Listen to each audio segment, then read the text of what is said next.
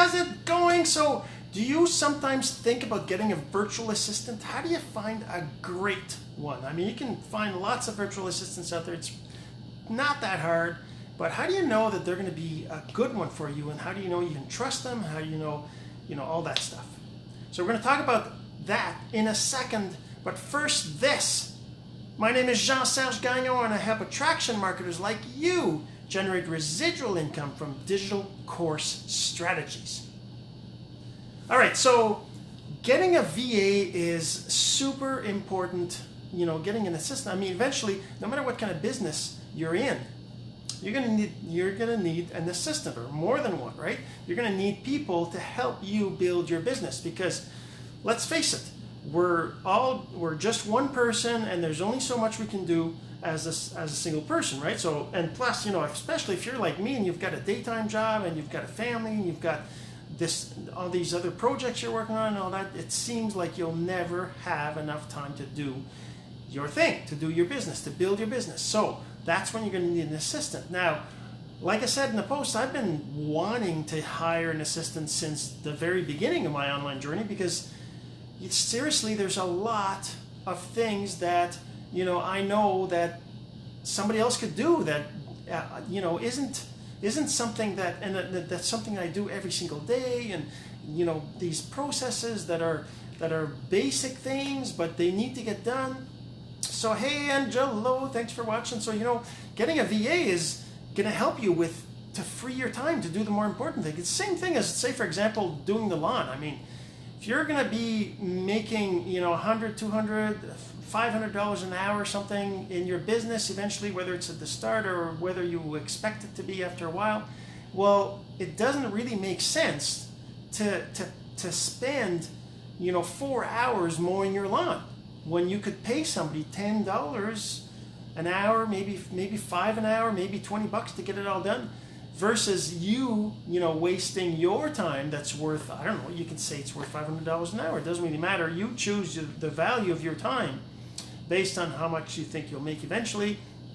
And that's kind of how you judge whether you should be doing a certain thing or not, depending on how much you can pay somebody to do it, right? So same thing with your virtual assistant. Like me, I've got a virtual assistant now, which she's doing awesome. She's doing things like, creating my emails that go to my list from my blog posts, creating my blog posts from my videos. She's going through in my social media, liking and commenting on, well, not like basic comments, things like that's great or looks yummy, or things that she knows that I do all the time. We had conversations about that. So she does these things that, I don't know, she spends about an hour a day doing things for me. So over a week, it's 5 hours, right? So you might be thinking, oh my God, that's going to be expensive, paying somebody, because you can hire somebody for probably 10 to 20 bucks an hour to do that kind of stuff in the States and Canada. But this is the thing: you find somebody in a country that the cost of living is lower, and they're willing to take less, and anyways. So here's the thing. So I was saying I'm going to tell you what I did. So how did I find this person, and how do I know that they could be trusted, and how did I do that, right? So this is what I did. All right. So number one, first of all, I decided I'm going to go to the countries that have a lower cost of living. Now, there's a website, I forget the name, but just Google that, cost of living in country X or something, and you'll see that they have a whole bunch of different levels, and shows you price of things and whatever, right? So, but the countries, the best country really that I found is the Philippines. And the reason for that is because in the Philippines, their education system includes in English. So most everybody there does speak good English, because you can find lots of other countries, but they don't speak very good English, right? Like India, for example, is another country that would be great for that. But typically it's hard to find somebody who has good English there, at least somebody who's willing to take a low payment, right? There's also Morocco. Anyways, like I said, there's a lot of other countries, and sometimes it's hard to find somebody who speaks English. That's why Philippines is my favorite. So what I did, then I posted on a Facebook group, Philippines work from home job, right? There's a bunch of groups like that. So I just posted in there saying, I'm looking for a virtual assistant. I said, I could look the post up, but I said something like, if you know how to do social media, if you know how to paste on Facebook, if you know how to cut and paste, if you know this, like I listed a few things, then comment below and I'll send you an application, right? Now remember, social media, you want engagement, because if you just post a link right there in your post, you're not going to get too many people that will actually see that, because Facebook doesn't want to show posts with links. The other thing is, you won't get the engagement won't happen because people will just click the link. But if you ask them to comment, first of all, you'll know that they follow direction a little bit, and secondly, by adding their comments and your comment and telling them you're sending them a private message, that kind of stuff, it adds to the engagement and the post gets seen by more people, right? So don't forget that. So that's one thing I did. The second thing I did is I created a hidden blog post on my site. If you go to my site /VA, I think, it's basically, I told them to go there, and on that page I list what the responsibilities are, what I'm looking for a person, and I tell them what to do to apply. And I say, send me an email, give me details of how much you expect to be paid, what kind of hours you can put in, anyways, things like that. So for me, it was like, okay, I got to find somebody who's going to actually reply, who's going to follow direction, and they're going to do that. Then the next thing I did, number 3, was I did a Zoom session with them. So now, out of all the applications I had, I don't know, maybe 50 people asked to get the information in the post in Facebook.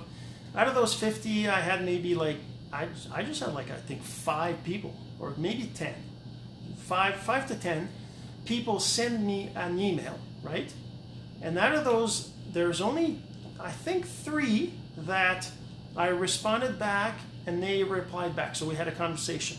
And out of those 3, I had 2 Zoom sessions scheduled with 2 people. Now I could have done more, I could have tried to meet more. And in the end, out of the 2, I picked 1, right?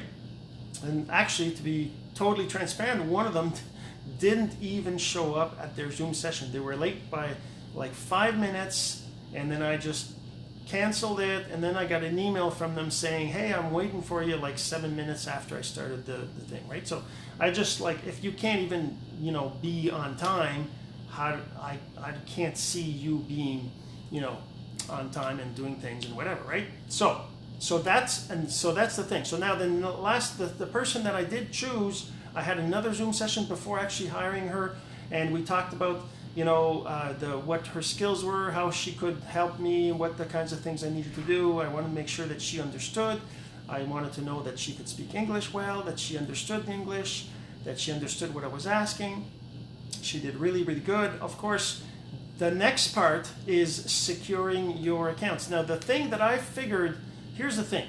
When you're running a business and you're hiring somebody and they come into your office, you give them a key to the door, maybe you've got a cash there, you trust them with that. I mean, anybody can steal things, but in the end, you're running a business. You gotta trust, you gotta make that risk, take that risk, right? So this person could have been somebody who wasn't trustworthy, but at the same time, so what I did to kind of secure things is I set up an account on LastPass so that she could get my passwords without seeing them in the browsers, right?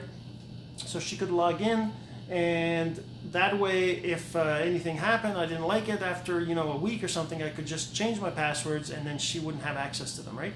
And so that's the extent of what you can do. The other thing is the social media, like on YouTube and on Aweber and on ManyChat. I gave her admin account access, which isn't my password, right? So that way, for those ones, again, I could just shut it off. And so I know this was a longer video. I did this because I wanted to go through the process. Like I said, I created a post in the Facebook group in Philippines work from home. The other thing I did is I created a blog post with listing of what I'm expecting them to do and asked them to send me an email with the details so I knew they were serious. And number 3, I did a Zoom session with them to find out about their English and make sure they can talk, they're a good fit. And then of course number 4 is I used a tool to secure my account passwords. All right, hope you enjoyed this video, and if you know anybody who needs to hear this message, then of course, please go ahead and share. I'm sure they'd appreciate it, and I would too. And we'll see you in the next video. Have yourself a great day.